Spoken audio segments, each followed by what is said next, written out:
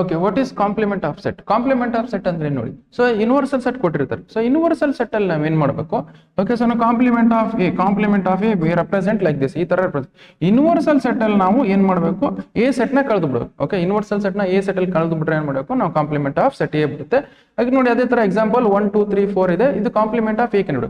Universal set ಅಲ್ಲಿ ಏನ್ ಕಳೆದು ಬಿಡುತ್ತೆ? ಯೂನಿವರ್ಸಲ್ ಸೆಟ್ ಇದು, ಇದರಲ್ಲಿ ಏನ್ ಕಳೆದು ಬಿಡಿ? ದಟ್ ಈಸ್ 1 2 3 1 2 3 4 ತೆಗೆದು ಉಳಿದಿದ್ದೇನು ನಮಗೆ? That is 5 6 7 8. So this is what the complement of A. ಅಂದ್ರೆ ಎ ಅಲ್ಲಿರೋ ಎಲ್ಲ ಎಲಿಮೆಂಟ್ಸ್ ಬಿಟ್ಟು ಉಳಿಕಿದ್ದೆಲ್ಲ ಅಂತ ಬರುತ್ತೆ. ದಟ್ ಈಸ್ ಉಳಿಕಿದ್ದೆಲ್ಲ ಅಂದ್ರೆ ಯಾವ 5 6 7 8. ಎ ಎಲ್ಲ 1 2 3 4 5 ಇದನ್ನ 4 ಇದನ್ನ ಇವು ಬಿಟ್ಟು ಉಳಿಕಿದ್ದೇವ 5 6 7 8, ಅದನ್ನೇ ಇಲ್ಲಿ ಬರ್ತದೆ. ಅದೇ ತರ ಕಾಂಪ್ಲಿಮೆಂಟ್ ಆಫ್ ಬಿ.